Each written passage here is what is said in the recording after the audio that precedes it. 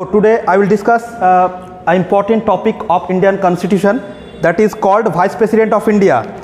Vice President of India আজকে আমি discussion করব। সো আমরা আগের দিন প্রেসিডেন্ট অফ ইন্ডিয়া সম্পর্কে জেনেছি, অ্যান্ড প্রেসিডেন্ট অফ ইন্ডিয়াকে কী বলা হয় বা প্রেসিডেন্ট অফ ইন্ডিয়ার যে election procedure, terms, oaths and affirmation বিভিন্ন সম্পর্কে জেনেছি এবং তার ভেটো পাওয়ার সম্পর্কে জেনেছি। President of India and vice president of India মানে এক কথায় বলা যেতে পারে যে একজন একজনের পরিপূরক, কারণ প্রেসিডেন্ট অফ ইন্ডিয়া যখন থাকবেন না তখন ওনার জায়গায় vice president of India as a act হিসেবে কাজ করবেন। ওকে, অক্স অ্যান্ড অ্যাক্ট। সো আজকে ভাইস প্রেসিডেন্ট অফ ইন্ডিয়াটা আমি তোমাদেরকে ডিসকাশন করব এবং ভাইস প্রেসিডেন্ট অফ ইন্ডিয়ার কিছু কিছু ইম্পর্টেন্ট যে টপিকগুলো সেই টপিকগুলো নিয়ে আমরা ডিসকাশন করবো। ওকে, তো ভাইস প্রেসিডেন্ট অফ ইন্ডিয়ার প্রথম যে ডিসকাশনটা সেটা হচ্ছে কী বলো তো, কোয়ালিফিকেশনস ডিসকাশন করার আগে আমি এটা বলতে চাই যে vice president is a constitutional post. Okay, because this post is mentioned in our Indian Constitution, and Article 63 is mentioned that there will be a vice president. Okay, so vice president থাকবেন বা vice president একটা পদ, এই পদের যে কথা বা উল্লেখ রয়েছে ভারতের সংবিধানে কত নম্বর ধারায় বলো তো? আর্টিকেল 63, 63 নম্বর ধারায়। একইভাবে আমরা দেখেছিলাম যে ভারতের সংবিধানে আর্টিকেল 52-তে কী বলেছিল বলো তো? President of India. তাহলে প্রেসিডেন্ট অফ ইন্ডিয়ার পদের কথা আর্টিকেল 52-তে বলেছে, অ্যান্ড ভাইস প্রেসিডেন্ট অফ ইন্ডিয়ার কথা ভারতের সংবিধানের আর্টিকেল 63-তে বলছে। সো আমরা ইজিলি বলতে পারি দ্যাট ইজ মানে উভয় both of post is a constitutional post. Okay, এইবার আসি যে আর্টিকেল 63-তে আমাদেরকে বলছে কি বলতো, যে ভাইস প্রেসিডেন্ট অফ ইন্ডিয়া এটা হচ্ছে পোস্ট থাকবে। এবারে ভাইস প্রেসিডেন্ট অফ ইন্ডিয়ার কোয়ালিফিকেশনস বা যোগ্যতা আমরা কিন্তু প্রেসিডেন্টেও কিন্তু যেমন পেয়েছিলাম ঠিক তেমনটাই, জাস্ট ডিফারেন্স এখানে একটাই। বিভিন্ন এক্সামসে তোমাদের বিভিন্ন কোয়েশ্চেন্স করবে। এবার তোমরা এটা বলতে পারো স্যার কোয়ালিফিকেশনস তো অনেকগুলো থাকে, 4-5টা, তা আমাদের কি 1 মার্ক বা 2 মার্কের কোয়েশ্চেন্স লিখতে দেবেন? না, বলবে নিম্নলিখিত কোনটি উপরাষ্ট্রপতির যোগ্যতা না। ঠিক আছে, 3টে অপশন থাকবে, 4 নম্বর অপশনটা তোমাকে অন্য কিছু দিয়ে দিবে। ঠিক আছে, বা বলবে যে নিম্নলিখিত কোন মানে স্টেটমেন্টটি সত্য, কিসের ক্ষেত্রে? ভাইস প্রেসিডেন্টের যোগ্যতার ক্ষেত্রে। বুঝতে পেরেছো? সো আমাদেরকে কিন্তু ইনডেপথে জানতে হবে বিষয়গুলোকে। তো আমরা ফার্স্ট অফ অল একটা জিনিসই জানবো, যখনই কোনো কিছুর কোয়ালিফিকেশানসের কথা বলবে দ্যাট ইজ, তখন একটা জিনিস সবসময় মনে রাখবে যে ওখানে আনসার হবে কি বলতো, first of all he should be a citizen of India. Okay, then আমরা এজ ক্রাইটেরিয়ার দিকে যাব। একটা ইন্টারভিউতে, পিএসসির ইন্টারভিউ, WBCS গ্রুপ এ সম্ভবত 2017-র একজন ক্যান্ডিডেট ইন্টারভিউ গিয়েছিলেন পিএসসির WBCS এ গ্রুপের। তো ওখানে প্রেসিডেন্ট অফ ইন্ডিয়ার এ সম্পর্কে জানা হয়েছিল কোয়ালিফিকেশানস। এবার উনি তো অনেক ভালো পড়ে গেছেন, টোটালটাই বলে দিয়েছেন, কিন্তু উনি হি should be a citizen of India ওইটা আর বলছেন না। পিএসসির ইন্টারভিউয়াররা ওনারা কোনো মতেই স্যাটিসফ্যাকশন পাচ্ছেন না, বলছে কিছু একটা ভুল হচ্ছে মনে হচ্ছে, মনে মনে ভাবছে আমি সবই বলে ফেললাম। ওই জন্য বলে না যে তুমি ইজিলিটা মানে সহজ জিনিসটাই ভুলে যাবে। ওই জন্য তুমি যতই টাফ জিনিস বলে দাও, সহজ জিনিসটা যদি না বলো তাহলে কিন্তু তোমার ইন্টারভিউরা ইমপ্রেসড হবেন না। ওকে, তা আমাদের একটা কথা জানতে হবে, আমরা যখন ইন্ডিয়ান কনস্টিটিউশনে যে কোনো পোস্ট, সে প্রাইম মিনিস্টার বলো, সে গভর্নর বলো, সে সিএম বলো, পিএম বলো, দেন প্রেসিডেন্ট বলো, ভাইস প্রেসিডেন্ট বলো, যা পড়বো দেন ওখানে একটা জিনিস জানবে যে ওখানে কোয়ালিফিকেশানসে আমরা ফার্স্ট অফ অল কী দেবো, he should be a citizen of India. Okay, তা ভারতের নাগরিক হতে হবে, দ্যাট ইজ, এখন কেউ লিখবে না, আমি জাস্ট বুঝিয়ে দিই এটা। দেন হচ্ছে যে এজ, বয়স কত? 35। তাহলে আমরা কিন্তু প্রেসিডেন্টের ক্ষেত্রে আর ভাইস প্রেসিডেন্টের ক্ষেত্রে কিন্তু সিমিলারিটি পাচ্ছি, অবশ্যই পাচ্ছি। সেটা হচ্ছে ওখানেও কিন্তু ভারতের নাগরিক হতে হবে, আর এখানেও কিন্তু 35, ওখানেও 35, তাহলে আমরা সিমিলারিটি পাচ্ছি। ওকে, এবার বলছে যে দ্য প্রেসিডেন্সিয়াল ইলেকশন অ্যাক্ট কত সালে হয়েছিল? 1997। 1997-এ দ্য প্রেসিডেন্সিয়াল ইলেকশন অ্যাক্ট অনুযায়ী দুটো ক্রাইটেরিয়াকে অ্যাড করা হয় কোয়ালিফিকেশনসের ক্ষেত্রে, ভাইস প্রেসিডেন্ট এবং প্রেসিডেন্টের ক্ষেত্রে। সেটা হচ্ছে কি যে 15,000 টাকা বা 15,000 অ্যাজ এ কশন মানি হিসাবে জমা রাখতে হবে। কার কাছে বলো তো? আরবিআইয়ের কাছে, নট ইলেকশন কমিশন। এটা মাথায় রাখবে। এমএলএ এমপি বা পার্লামেন্টে ইলেকশনের সময় কোথায় রাখে? ইলেকশন কমিশনের কাছে জমা রাখে। কিন্তু প্রেসিডেন্ট অফ ইন্ডিয়া বা ভাইস প্রেসিডেন্টের ইলেকশনের ক্ষেত্রে কিন্তু 15,000 টাকা বা 15,000 কশন মানি হিসাবে কার কাছে জমা রাখবেন? আরবিআইয়ের কাছে জমা রাখবেন। ঠিক আছে। আরেকটা যেটা সিমিলারিটি নেই, এটা পুরোপুরি উল্টো, সেটা হচ্ছে আমরা জানি যে প্রেসিডেন্ট অফ ইন্ডিয়াকে নমিনেট করতে গেলে প্রথমে তো নমিনেট হতে হবে না, তারপরে ইলেকশন করা যাবে তার। আমি প্রেসিডেন্ট অফ ইন্ডিয়ার কী হয় বলো তো, বিভিন্ন আমাদের ইন্ডিয়ার যে গভর্নমেন্টটা বা আমাদের ইন্ডিয়ার যে ডেমোক্রেসি না, সেই ডেমোক্রেসিটা জানো কি? সেটা হচ্ছে যে multi party and parliamentary system, মানে বহুদলীয় এবং সংসদীয়। That is very much important. পরীক্ষা এসেছিল, এটা মাথায় উঠিয়ে নাও। ভারতের গণতন্ত্র কী ধরনের? একদলীয় সংসদীয়, বহুদলীয় সংসদীয়, ত্রিদলীয় সংসদীয়, নান অফ দিস। আনসার কী হবে? এই কোয়েশ্চেন্সটা পরীক্ষা এসেছিল, বহুবার এসছে, তোমাদেরও আসবে। বুঝতে পারলে? কেন বহুদলীয়? সিপিআইএম যেমন আছেন, কংগ্রেস আছেন, বিজেপি, বিভিন্ন রাজনৈতিক দল আছেন। ঠিক আছে, আমি বলছি না, XYZ অনেক কিছু আছে। তাহলে এখানে কি বলতো যে আমাদের ভারতের ডেমোক্রেসি হচ্ছে তার নেচার বা তার প্রকৃতি হচ্ছে যে আমাদের এখানে মাল্টি ন্যাশনাল পার্টি, মানে মাল্টি পার্টি অ্যান্ড তোমার হচ্ছে সংসদীয় বা পার্লামেন্টারি সিস্টেম। ঠিক আছে। তো প্রেসিডেন্ট অফ ইন্ডিয়াতে আমরা যেমন পেয়েছিলাম যে মানে 50 জন মেম্বারের এমপির সমর্থন লাগবে, আর 50 জন এমপির কি লাগবে? হ্যাঁ, প্রস্তাবনা লাগবে, প্রস্তাবিত লাগবে। কিন্তু এই ক্ষেত্রে এই 50-এর ফিগারটা চেঞ্জ হয়ে 20 চলে আসবে। কত আসবে? এটাই ইম্পর্টেন্ট, মানে ডিফারেন্ট। কার থেকে? প্রেসিডেন্টের থেকে। তোমরা একটা জিনিস সবসময় মনে রাখবা, ইন্ডিয়ান কনস্টিটিউশন শুধু লিঙ্ক আপ করে পড়া। মানে তোমরা এটা ভাববে না স্যার প্রেসিডেন্ট অফ ইন্ডিয়ার এতগুলো পড়েছি আমরা, আবার ভাইস প্রেসিডেন্ট অফ ইন্ডিয়ার এতগুলো কোয়ালিফিকেশন পড়বো না, পড়া দরকার নেই। প্রেসিডেন্ট অফ ইন্ডিয়ার যে কোয়ালিফিকেশনসটা তুমি পড়েছো ওইটাকে এখানে কাজে লাগিয়ে দাও, ওইটাকে এখানে কাজে লাগিয়ে দাও। জাস্ট ডিফারেন্ট কোনটা করবে সেটা হচ্ছে যে 20 মেম্বার্সের কী বলো তো সমর্থন লাগবে, আর কি লাগবে? প্রস্তাব লাগবে, প্রস্তাবিত লাগবে, প্রস্তাবনা। ওকে। আর ওখানে প্রেসিডেন্ট অফ ইন্ডিয়ার কত লাগবে বলেছিলাম? 50 জন। তাহলে আমরা কোয়ালিফিকেশন সম্পর্কে জানলাম। আর বাকি তো তোমরা জানো, অফিস অফ প্রফিট থাকতে পারবে না, কোনো লাভজনক পদে থাকতে পারবে না, কোনো ইনসলভমেন্ট যেটা ব্যাংক্রাপসি, দেউলিয়া পারসনস, বা ধরে নাও যে আনসাউন্ড মাইন্ড, এইরকম থাকলে সে পাবে না। পাবে কি? পাবে না। তাহলে আমরা কোয়ালিফিকেশান সম্পর্কে হোপফুলি মোটামুটি জানতে পেরেছি। দেন হচ্ছে কি বলতো ইলেকশন প্রসিডিওর।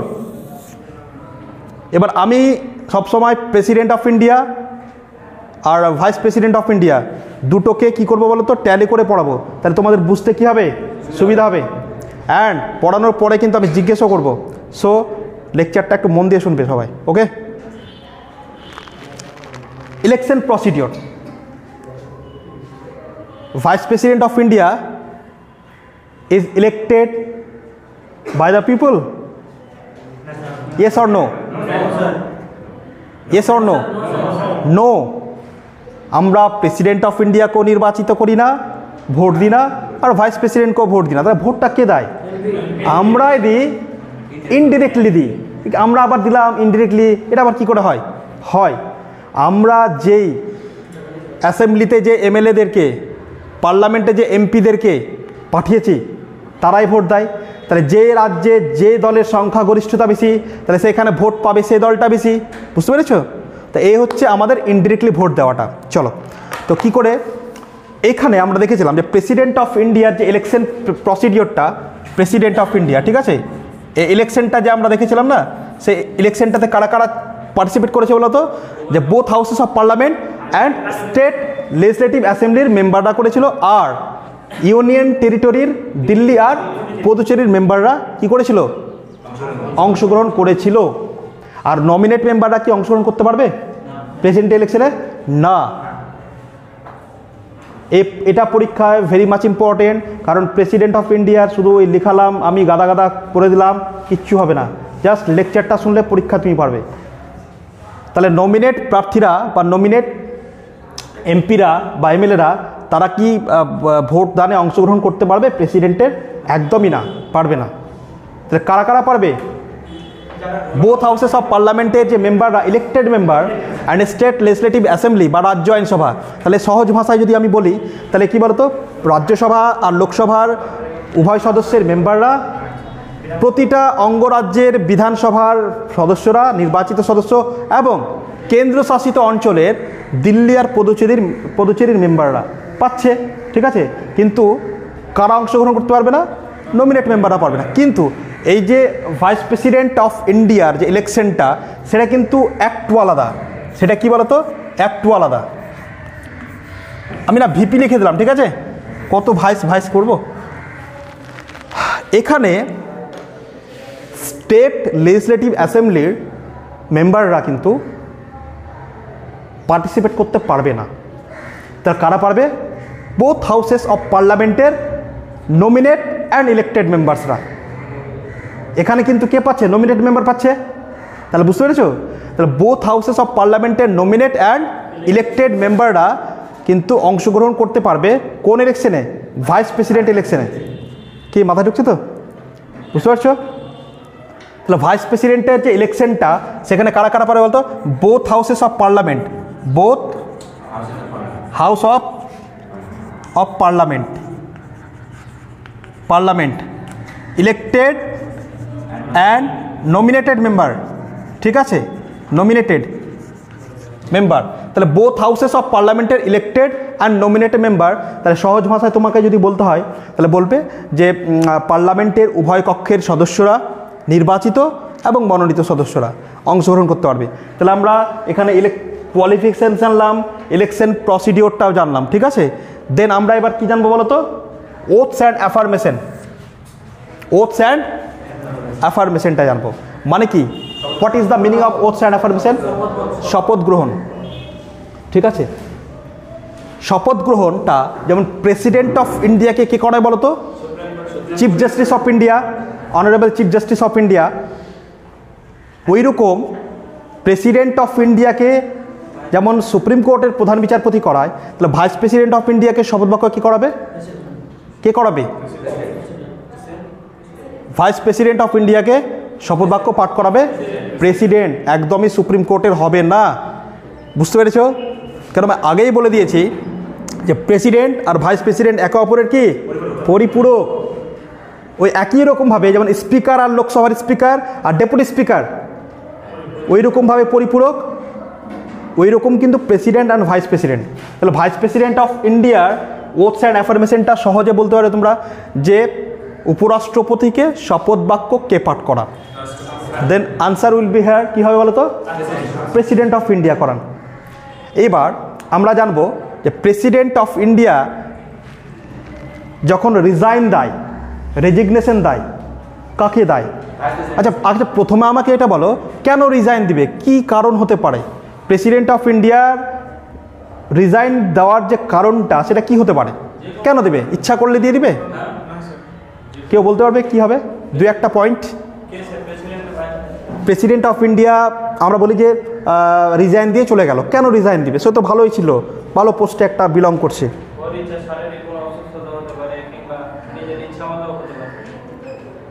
মৃত্যুদণ্ড, গুড, ভালো বলেছো। শারীরিক অসুস্থতা, মৃত্যুদণ্ড, এছাড়াও এগুলো তো স্বেচ্ছায় হচ্ছে, কিন্তু তাকে ইমপিচমেন্টও করা যায়। যেমন president of India is impeached by parliament. Article 61-এ বলা হয়েছে রাষ্ট্রপতির ইমপিচমেন্টের কথা ভারতের সংবিধানের 61 নম্বর ধারায় উল্লেখ রয়েছে। ঠিক আছে, তো ইমপিচড করার অনেক কারণ রয়েছে। ঠিক আছে, যেমন মিসবিহেভ, মানে সাংবিধানিক পদমর্যাদার দিক থেকে উনি হচ্ছেন আমাদের দেশের প্রথম নাগরিক, এবং উনি যদি সংবিধানকে লঙ্ঘন করেন দেন কি বলো তো, তাকে ইমপিচমেন্ট করা হবে।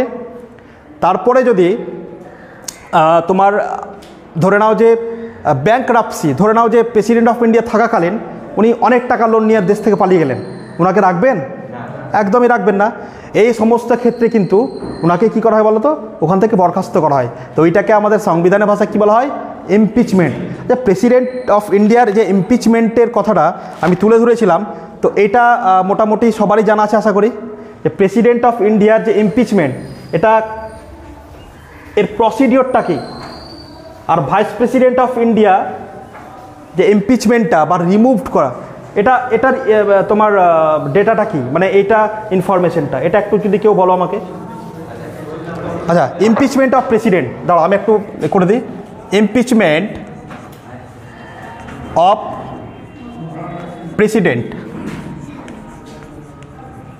প্রেসিডেন্ট প্রথমে আমরা এটা জানবো আগে, তারপরে ভাইস প্রেসিডেন্টে যাচ্ছি। আমরা অলরেডি আগের অনেকবার আলোচনা করেছি এটা। তো প্রেসিডেন্টের ইমপিচমেন্টটা সম্পর্কে কেউ একজন বলো। প্রেসিডেন্টকে ইমপিচমেন্ট করতে গেলে পার্লামেন্টের দুটো কক্ষের মধ্যে যে কোনো কক্ষে, লোকসভা অথবা রাজ্যসভাতে বিলটা উত্থাপন করা হয়। আচ্ছা, কতদিন আগে করা হয়? 14 দিন আগে। এটা বলবে, এটা মেনশন করবে কিন্তু বিফোর 14 ডেজ, 14 দিন আগে নোটিস করা হয় প্রেসিডেন্টকে। ওকে, হ্যাঁ বলো। তারপর যে কক্ষে বিলটা উত্থাপন করা হবে, যদি লোকসভাতে করা হয়, লোকসভাতে যতজন মেম্বার থাকবে তার 1/4 লোকের সম্মতি লাগবে। গুড, এবার বসে। গুড, খুব ভালো হয়েছে, খুব ভালো আনসার দিয়েছো। আমি তাহলে একটু দেখিয়ে দিই। আমরা তোমাদের একটা কথা বলেছিলাম যে আমাদের পার্লামেন্টে দুটো হাউস রয়েছে, তাই না? Lok Sabha and Rajya Sabha. That is আমরা জানি এটাকে লোয়ার হাউস অ্যান্ড এটা হচ্ছে কি আপার হাউস, মানে বয়স্ক লোকদের এটা হাউস, আর এটা কি ইয়াংদের হাউস। হ্যাঁ, ওটাই তো হচ্ছে। তুমি দেখবে কম্প্যারেটিভলি দেখবে, আমরা হয়তো অনেকদিন ভাবিনি যে তুমি দেখবে রাজ্যসভার মেম্বাররা বেশিরভাগগুলো এজেড হন। কেন? এটা কেন? হ্যাঁ, এটা তো এমনি তো 30 বছর বয়সের একটা ব্যাপার রয়েছে, তাহলে তোমার 30-এর বড় বা 35, 40, 50 না হলে তো হয় না। কিন্তু এখানে কি বলতো, লোকসভার ক্ষেত্রে কি হবে সেটা বলতো, যে যেহেতু পেয়ে যাচ্ছে 25-এ, তো অনেক ইয়াং একদম নিউ কামার 25, 26, 27, 28, 30-এর আগে অনেক এমপি হয়ে যাচ্ছে। ঠিক আছে, তাহলে এটা আমরা বুঝতে পারছি। চলো, এটা আমি একটা মজার ছলে বললাম। তাহলে ইমপিচমেন্ট প্রেসিডেন্ট অফ ইন্ডিয়াকে করতে হবে। আমি কি করব? আমি বারবার লোকসভাকে প্রায়োরিটি দিচ্ছি, তো দরকার নেই, একে কত প্রায়োরিটি দেওয়ার দরকার নেই। আজকে রাজ্যসভাকে নিয়ে একটু কথা বলি, ঠিক আছে? আমি রাজ্যসভাতে করব, মানে একটা প্রস্তাব পাঠাবো। তো এই যে রাজ্যসভাতে আমি প্রস্তাব পাঠাবো, তার জন্য একটা নোটিশ পাঠাতে হবে। কাকে? প্রেসিডেন্ট অফ ইন্ডিয়াকে। কতদিন আগে? 14 দিন আগে। প্রেসিডেন্ট অফ ইন্ডিয়ার ইমপিচমেন্টের প্রসিডিওরটা আজকে ভালো করে শুনে নাও, লাইফে কোনো দিনও ভুলবে না। আর এখান থেকে যে টাইপের কোয়েশ্চেন্স হোক তোমরা একদম ইজিলি করে আসবে। ওকে, তাহলে রাজ্যসভাতে প্রথমে কি বলো তো, ইমপিচমেন্টের প্রস্তাবটি আনতে হবে, কিন্তু ইমপিচমেন্টের প্রস্তাব উত্থাপনের আগে 14 দিন আগে প্রেসিডেন্টকে একটা নোটিশ জারি করতে হবে। আমি একটা পার্টিকুলার ধরলাম রাজ্যসভা, কিন্তু তোমাদেরকে সেটা বলতে হবে না, বলতে হবে যে বোথ হাউসেস অফ পার্লামেন্টের আইদার লোকসভা আর রাজ্যসভাতে যে কোনো একটা কক্ষে কী করতে হবে বলো তো, ইমপিচমেন্টের প্রস্তাব আনতে হবে। তার জন্য 14 দিন আগে একটা প্রেসিডেন্টকে নোটিশ পাঠাতে হবে, এবং পাঠানোর পরে 14 দিন পরে এই রাজ্যসভাতে ধরে নাও বিলটা নিয়ে আসলাম। টোটাল আমরা জানি রাজ্যসভার টোটাল মেম্বার্স কত বলো তো, 250 জন। এবার এই হাউসে টোটাল মেম্বার্স অফের 1/4 কত? 1/4 মানে 1/4। তাহলে তুমি হিসাব করে দেখো যে অ্যাপ্রক্সিমেট 60+ বা 65-এর মতো হচ্ছে। তাহলে 250-র আমি 1/4-এর সমর্থন পেয়ে গেলাম, হয়ে গেল আমার কাজ শেষ। নেক্সট ফরওয়ার্ডিং হয়ে কোথায় যাবে? এই বিলটা কোথায় আসবে? এবার রাজ্যসভা থেকে লোকসভাতে আসবে, এবং লোকসভা অ্যান্ড রাজ্যসভাতে এবার দুটোতে কী হবে বলো তো, ভোটাভুটি হবে। দুটোতে কি হবে? ভোটাভুটি হবে। এবার 550 হচ্ছে লোকসভা, 250 হচ্ছে রাজ্যসভা। তাহলে টোটাল কত হচ্ছে? 800খানা।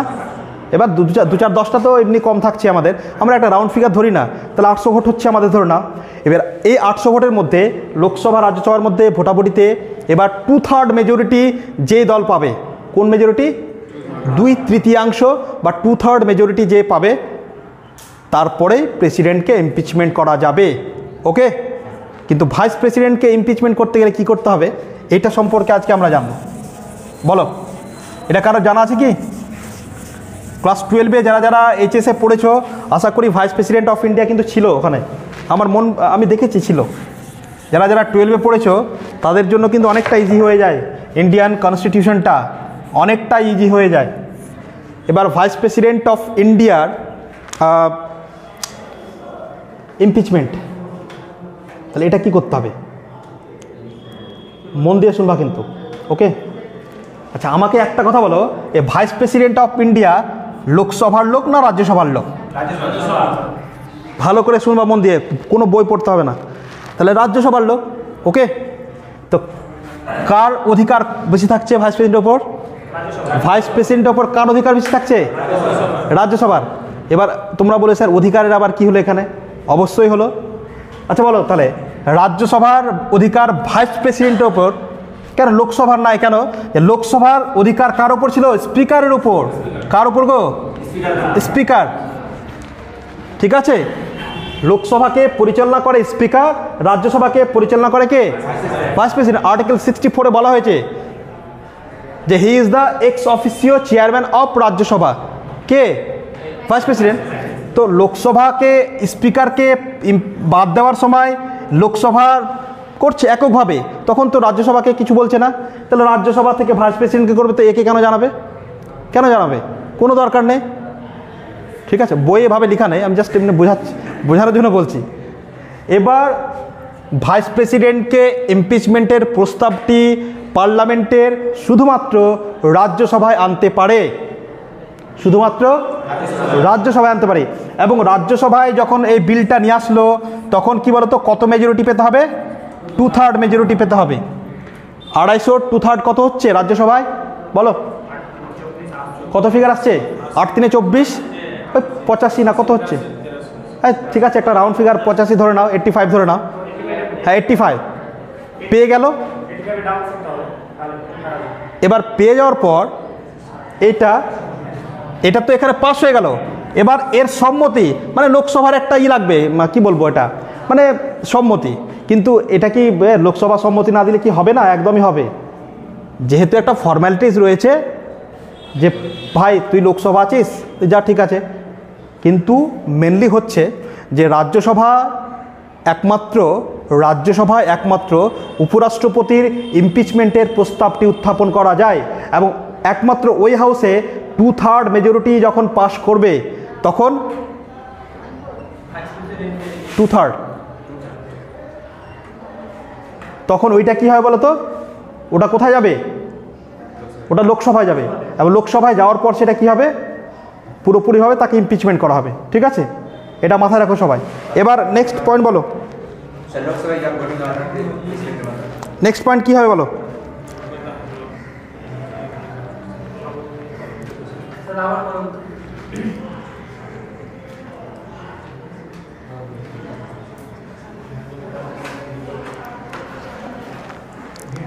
এখানে একটা ইনফরমেশন তোমাদের মিস করে গেছি আমি, মিস বলতে বাই দ্য ফল্ট আমার, এটা বলেছো ঠিক, 1/4। ঠিক আছে, অ্যাকচুয়ালি 2/3টা হচ্ছে কি বলো, কোন ক্ষেত্রে বলো তো? প্রেসিডেন্ট অফ ইন্ডিয়ার ক্ষেত্রে। আর এখানে হচ্ছে কার ক্ষেত্রে বলো তো? Vice president 1/4। তাহলে ভাইস প্রেসিডেন্ট যদি 1/4 হয় তাহলে তোমার 250 1/4 কত হচ্ছে?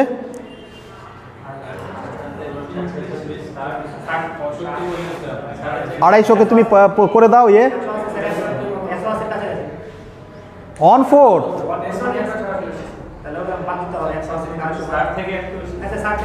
6 4 24, হ্যাঁ ওই 62 63 মতো ওই রকমই আসবে।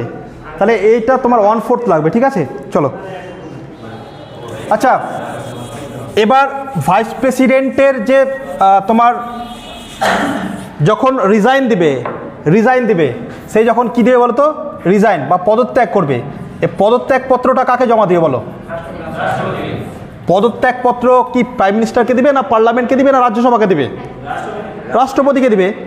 আমি বললাম না একে অপরের পরিপূরক। তাহলে প্রেসিডেন্ট, দেখো এইভাবে মনে রাখবা যে পদত্যাগপত্র বা রেজিগনেশন লেটারটা, তো প্রেসিডেন্ট অফ ইন্ডিয়া কাকে দিয়ে বলো তো? এটাকে এইভাবে মনে রাখবা, প্রেসিডেন্ট দিবে ভাইস প্রেসিডেন্টকে, ভিপিকে, আর ভিপি দিবে কাকে বলো তো? পিকে, মানে প্রেসিডেন্টকে। একদম এভাবে মনে রাখবা। স্পিকার দিবে লোকসভার স্পিকারকে, লোকসভার স্পিকার ডেপুটি স্পিকার দিবে লোকসভার স্পিকারকে, মানে লোকসভার স্পিকার দিবে ডেপুটি স্পিকারকে, ডেপুটি দিবে কাকে, স্পিকার অফ লোকসভাকে। ওই রকমই প্রেসিডেন্ট অফ ইন্ডিয়া দিবে ভাইস প্রেসিডেন্টকে, and vice president of India কাকে দিবে বলো তো, প্রেসিডেন্টকে দিবে। ঠিক আছে, চলো তাহলে আমরা রেজিগনেশন লেটারটা বুঝে গেলাম যে কে কাকে দিবে। এবার এটা কি বলো তো, শপথ বাক্য বলে দিয়েছি আমি। চলো শপথ বাক্য কাকে বললাম,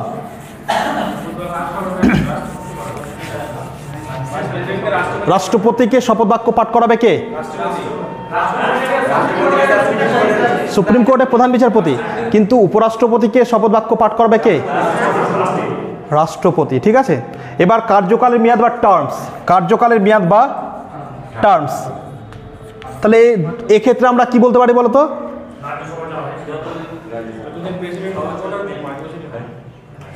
বলো প্রেসিডেন্ট অফ ইন্ডিয়ার, আচ্ছা প্রেসিডেন্ট অফ ইন্ডিয়ার কার্যকাল কত ছিল আমাদের, 5 ইয়ার্স ছিল। তাহলে প্রেসিডেন্টের যদি 5 ইয়ার্স হয় তাহলে ভাইস প্রেসিডেন্ট কত হবে, আচ্ছা কিন্তু রাজ্যসভার তো আবার স্থায়ী বলছে, ওটা তো পার্মানেন্ট চেম্বার, তো কী করে হয় 5 বছর। আমি তো ওই অন্তর ওইটা ওই মেম্বারের ক্ষেত্রে কথা জানি, আমার কথা হলো যে ভাইস প্রেসিডেন্টের কথা বলছি আমি। প্রেসিডেন্টের 5 ইয়ার্স, তো ভাইস প্রেসিডেন্টের কেন 5 ইয়ার্স হলো, 6 বছর হলো না কেন, ইচ্ছা না। অ্যাকচুয়ালি কী বলতো, যে প্রতি 5 বছর পর পর প্রেসিডেন্টের ইলেকশন হয়, ভাইস প্রেসিডেন্টের ইলেকশন হয়। ঠিক আছে, সেহেতু এই দুজনের বয়স কী হয় বলতো, মানে কার্যকাল হবে কত, 5 years.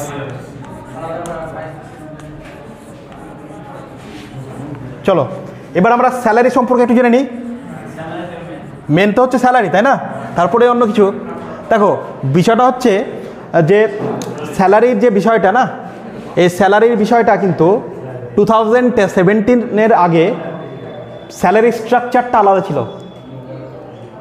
The salary of president and vice president and speaker of Lok Sabha and member of parliament is determined by the parliament,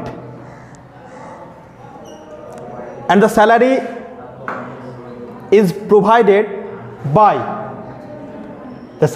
provided by consolidated fund of India, ভারতের সঞ্চিত তহবিল।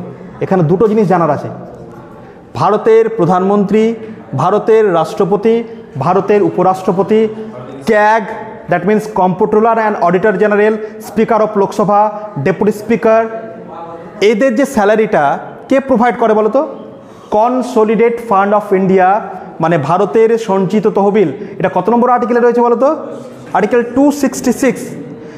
কিন্তু স্যালারিটা ইনক্রিজ করা বা স্যালারিটা কমানো বা স্যালারিটাকে ওই এক জায়গায় দাঁড় করিয়ে রাখা, এটা কারা করে, ডিটারমাইনটা কারা করে, parliament.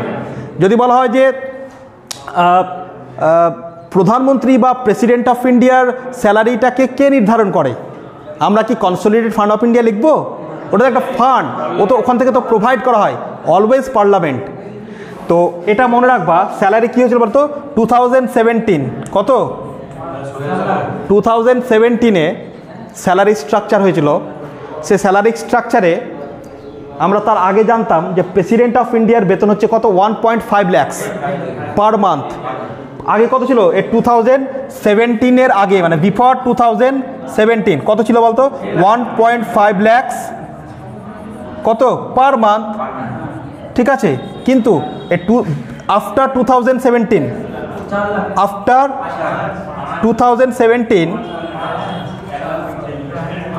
5 lakhs president of India per month, and vice president of India হচ্ছে 4 lakhs, 4 লাখ টাকা হচ্ছে উপরাষ্ট্রপতির, আর রাষ্ট্রপতির কত বলো তো 5 লাখ টাকা।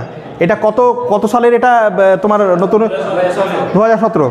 ঠিক আছে, চলো আচ্ছা এবার একটা খুব মজার জিনিস এবং খুব ইম্পর্টেন্ট, পরীক্ষাতে কিন্তু দিয়ে দেয় অনেক স্টুডেন্ট, আমরা জানি না।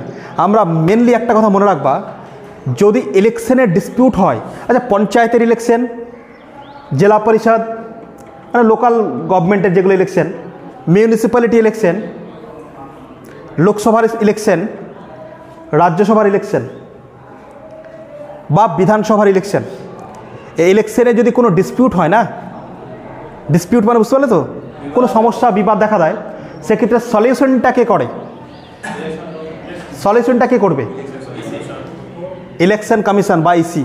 কিন্তু প্রেসিডেন্ট অফ ইন্ডিয়া আর ভাইস প্রেসিডেন্ট অফ ইন্ডিয়ার ইলেকশনে যদি কোনো ডিসপিউট দেখা দেয়, সেক্ষেত্রে সলিউশন বা সমাধানটা কী করে বলো তো?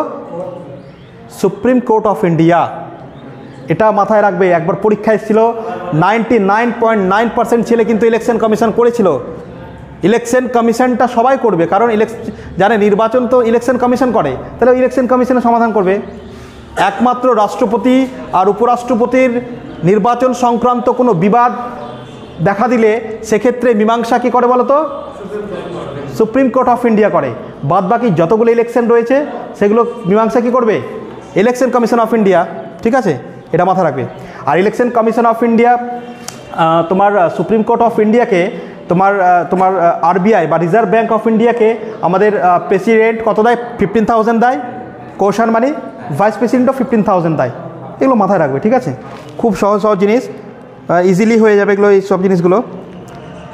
হ্যাঁ, এবার একটা কথা বলি যে প্রেসিডেন্ট অফ ইন্ডিয়া যখন রিজাইন দিয়ে দিল বা তাকে ইমপিচমেন্ট করা হলো, তাহলে কি প্রেসিডেন্ট অফ ইন্ডিয়াটার ওই পদটা কি ফাঁকাই থেকে যাবে? থাকবে না। যতদিন না পর্যন্ত প্রেসিডেন্ট আসছে নতুনভাবে নিউলি অ্যাপয়েন্টেড হয়ে আসছে, ততদিন পর্যন্ত অ্যাক্ট হিসাবে কাজ করবে কে বলতো? মানে অ্যাকশন, মানে কে করবে? Vice president. কিন্তু দেখি সারা জীবন থেকে যাবে এরকম করে, 5 বছর থেকে না। যদি প্রেসিডেন্ট অফ ইন্ডিয়া রেজিগনেশন দিয়ে দেয় বা রিজাইন দিয়ে দেয় বা কোনো কারণবশত যদি পদটা ফাঁকা থাকে, সেক্ষেত্রে উইদিন 6 মান্থের মধ্যে ওই পদটা পূর্ণ করতে হবে। ওকে, তাহলে সর্বাধিক কত সময়ের মধ্যে পদটা পূর্ণ করতে হবে? 6 মান্থের মধ্যে করতে হবে। ওকে, এটা পরীক্ষায় কিন্তু আসবেই। তাহলে ভাইস প্রেসিডেন্টের ক্ষেত্রে কী হবে? ভাইস প্রেসিডেন্টের ক্ষেত্রে যদি ভাইস প্রেসিডেন্ট অফ ইন্ডিয়া যদি পদটা ফাঁকা থাকে, সেক্ষেত্রে সে পদটা as early as possible fill up করতে হবে, যত তাড়াতাড়ি সম্ভব, অ্যাজ সুন অ্যাজ পসিবল করতে হবে। মাথায় রেখেছো? এই কোয়েশ্চেনগুলো তোমাদের কিন্তু শুধুমাত্র যে তোমাদের তোমাদের রিটেন এক্সামে আসবে সেটাও না, এটা কিন্তু ইন্টারভিউতে আসবে। আর আমরা এখানে তোমাদেরকে যেভাবে পড়াই, দ্যাট ইজ তোমাদের কিন্তু ইন্টারভিউটা ক্লিয়ার হয়ে যাবে এখান থেকে, বুঝতে পেরেছো? কারণ এই কোয়েশ্চেন্সগুলো, এটা আমার গল্প না, এটা প্রিভিয়াস ইয়ারের রেকর্ডে এই কোয়েশ্চেন্সগুলো কিন্তু জিজ্ঞেস করে যে পদ ফাঁকা হয়ে গেলে কতদিনের মধ্যে করতে হবে নতুন অ্যাপয়েন্টেড, সর্বাধিক 6 মাস কিন্তু। ঠিক আছে, চলো নেক্সট। এবার তোমরা একটা জিনিস মাথায় রাখবে যে আমরা আজকে ভাইস প্রেসিডেন্ট অফ ইন্ডিয়া সম্পর্কে অলমোস্ট মোটামুটি জেনেই গেলাম। আমরা vice president of India and president of India আমরা জানবো যে president of India is the highest constitutional post in our country and he is the first citizen of India, and vice president of India is the second citizenship of India. Okay, পদমর্যাদার দিক থেকে, সাংবিধানিক পদমর্যাদার দিক থেকে উপরাষ্ট্রপতি হচ্ছেন ভারতের দ্বিতীয়তম ব্যক্তি, অ্যান্ড প্রেসিডেন্ট অফ ইন্ডিয়া বা ভারতের রাষ্ট্রপতি হচ্ছেন পদমর্যাদার দিক থেকে 1 নম্বর ব্যক্তি বা তোমার প্রথম নাগরিক। তাহলে প্রথম নাগরিক হচ্ছেন প্রেসিডেন্ট, সেকেন্ড সিটিজেন হচ্ছেন ভাইস প্রেসিডেন্ট, এটা আমরা জানলাম। আর article 64 mention that vice president is the ex officio chairman of, that is very much important. পদাধিকার বলে রাজ্যসভার চেয়ারম্যান পদে কে থাকেন বা রাজ্যসভায় সভাপতিত্ব কে করেন? রাজ্যসভায় সভাপতিত্ব করেন কে বলতো? Vice president. তাহলে এক্স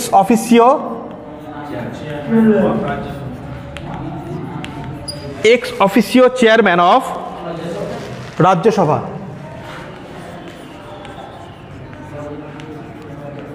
চেয়ারম্যান অফ রাজ্যসভা কে বলতো? Vice president. তাহলে ভাইস প্রেসিডেন্ট হচ্ছেন, দেখো কোন কক্ষের সদস্য না হয়েও সেই কক্ষের সভাপতি। তাহলে উপরাষ্ট্রপতি রাজ্যসভার সদস্য কি না? রাজ্যসভার সদস্য না, তারপরেও সেই কক্ষের কি সভাপতি। তাহলে রাজ্যসভায় সভাপতিত্ব করেন কে? Vice president. তাহলে এখন যদি বলা হয় বর্তমানে ভারতের রাজ্যসভায় সভাপতিত্ব কে করেন, আমরা কি বলবো? জগদীপ ধনখড়, কারণ উনি হচ্ছেন কি ভাইস প্রেসিডেন্ট অফ ইন্ডিয়া। ঠিক আছে, তাহলে এই কথাটা কত নম্বর আর্টিকেলে রয়েছে বলো তো? এই আর্টিকেলটা মাথায় রাখবে। আমরা দুটো জিনিস জানলাম, রাজ্যসভায় সভাপতিত্ব করেন উপরাষ্ট্রপতি, পদাধিকার বলে রাজ্যসভা সভাপতিত্ব করেন উপরাষ্ট্রপতি, এবং আর্টিকেল 64-এ কী বলা হয়েছে বলো তো? যে রাজ্যসভায় সভাপতিত্ব করেন উপরাষ্ট্রপতি। এটা ভারতের সংবিধানের 64 নম্বর ধারায় রয়েছে। ঠিক আছে, চলো তাহলে আজকে আমরা এই ভাইস প্রেসিডেন্ট কমপ্লিট করলাম।